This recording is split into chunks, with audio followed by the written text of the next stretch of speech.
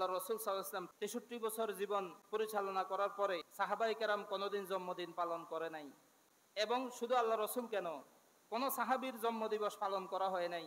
কোন ইমাম, কোন মুজতাহিদ এবং কোন মুহাদ্দিস, কোন ফকি, কোন সাহাবী, কোন তাবেঈ, কোন তাবেঈ তাবেঈন, কোন আইম্মায়ে মুজতাহিদিন কারো জন্মদিবস পালনের কথা শরীয়তের ভিতরে নাই। বরং শরীয়তের হুকুম জন্মদিবস পালন করা হারাম। জন্মদিবস পালন করা কি হারাম।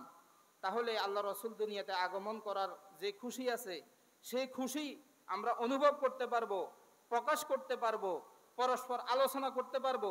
কিন্তু যে কুসংস্কৃতির কথায় একদিন জন্মদিবস পালন করা হয়, যে কোনো নির্দিষ্ট দিন জন্মদিনের দিন যেভাবে জন্মদিবস পালন করা হয় সেভাবে জন্মদিবস পালনের কোনো সুযোগ ইসলামের ভিতরে নাই।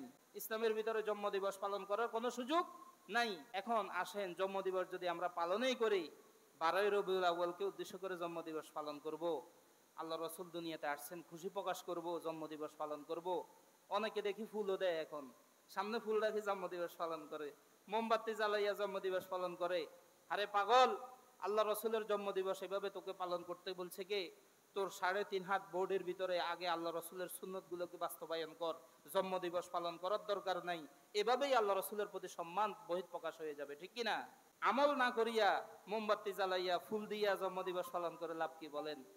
পুরা বছর নামাজের খবর নাই, একদিন আসলে জন্মদিবস পালন করতে গিয়ে আপনি রাস্তা রাস্তায় মিছিল করে লাভ কি বলেন? এই জন্মদিবস পালন আপনাকে জাহান্নামের আগুন থেকে বাঁচাতে পারবে? আপনি নামাজ পড়লেন না, জন্মদিবস পালন করলেন, আপনি নামাজ পড়লেন না, তাহলে লাভ কি হলো? আপনি রোজা রাখলেন না, আপনি জন্মদিবস পালন করলেন, তাহলে লাভ কি হলো? সম্মানিত হাজরিন, তো জন্মদিবস পালন করতে আসছেন, তখন আপনি দেখলেন যে একই দিনে এই লোকটা দুনিয়া থেকে চলেও গিয়েছে, দুনিয়া থেকে প্রত্যাগমন করেছে, ইন্তেকাল করেছে। ওটার জন্য তো আপনি শোকাহত হতে হবে। এখন জমা করবেন কিভাবে, সমন্বয় কিভাবে করবেন? জন্মদিবস পালন করার জন্য আপনি খুশি হইতে হবে, আর আল্লাহ রাসূলের ইন্তেকাল, ওয়াফাতের দিবস, মৃত্যু দিবস পালন করার জন্য আপনাকে বেজার হইতে হবে। জন্মদিবস পালন করা শরীয়তে জায়েজ নাই, হারাম। মৃত্যু দিবস পালন করা শরীয়তে জায়েজ নাই, হারাম। আল্লাহ রাসূলের জন্মদিবস পালন করতে গিয়ে যদি আপনি খুশি হন, একই দিনে তো আল্লাহ রাসূল ইন্তেকালও করেছেন, তাহলে তো আপনি ওই দিন মৃত্যু দিবস পালন করার জন্য শোকাহত হইতে হবে, বেজারও হইতে হবে।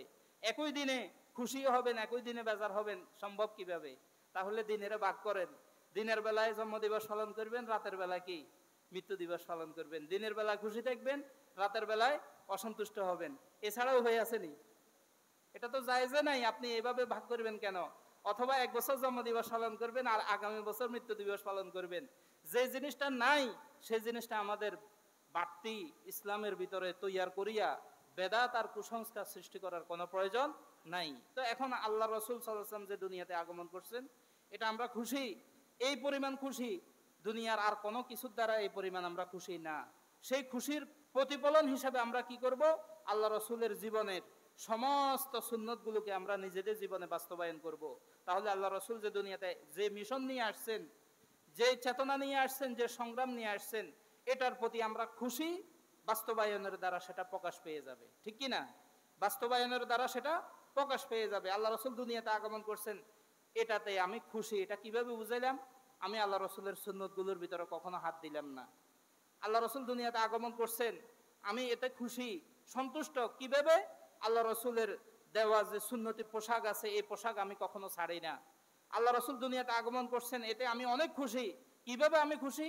আল্লাহ রাসূল 5 ওয়াক্ত নামাজ নিজে পড়ছেন, সাহাবায়ে কেরামকে পড়তে বলছেন এবং নিজে ইমামত করেছেন। আমি নিজেও নামাজ পড়ি, নিজে নামাজ পড়াই, নিজের পরিবার পরিজন সকলকে নামাজের জন্য উদ্বুদ্ধ করি, নামাজ প্রতিষ্ঠার জন্য আমি কাজ করি, আলহামদুলিল্লাহ। তাহলে আল্লাহ রাসূল যে মিশন নিয়ে আসছেন, এটাতে আমি খুশি, এটার প্রকাশ হয়ে গেছে। আল্লাহ রাসূল সাল্লাল্লাহু আলাইহি ওয়াসাল্লাম মানুষের সাথে সদাচরণ করেছেন, কারো উপরে জুলুম করেন নাই। তাহলে আল্লাহ রাসূল দুনিয়াতে আগমনে আমি খুশি। এটা প্রকাশ কিভাবে করলাম? আমি নিজেও মানুষের সাথে সুন্দর আচরণ করি, কারো উপরে অন্যায় অবিচার জুলুম করি না। আল্লাহ রাসূল দুনিয়াতে আগমন করছেন, এটাতে আমি খুশি। কিভাবে?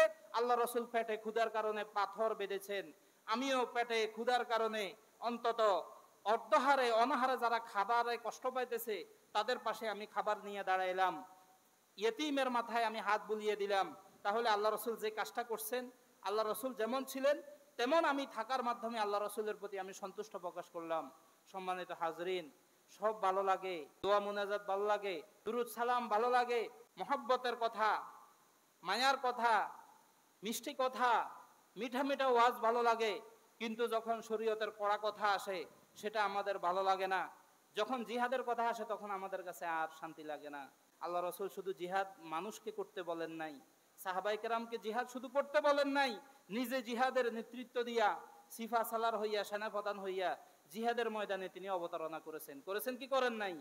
অতএব জিহাদের সুযোগ যদি আসে, জিহাদে যাওয়ার মতো মন মানসিকতা তৈরি রাখা, আল্লাহর কাছে এটা চাওয়া যে আল্লাহ আপনার রাস্তায় আমাকে শহীদ হওয়ার সুযোগ দান করেন, তাহলে আল্লাহ রাসূল দুনিয়াতে আগমন করতে আপনি খুশি হয়েছেন এটার প্রকাশ পেয়ে যাবে। সুবহানাল্লাহ।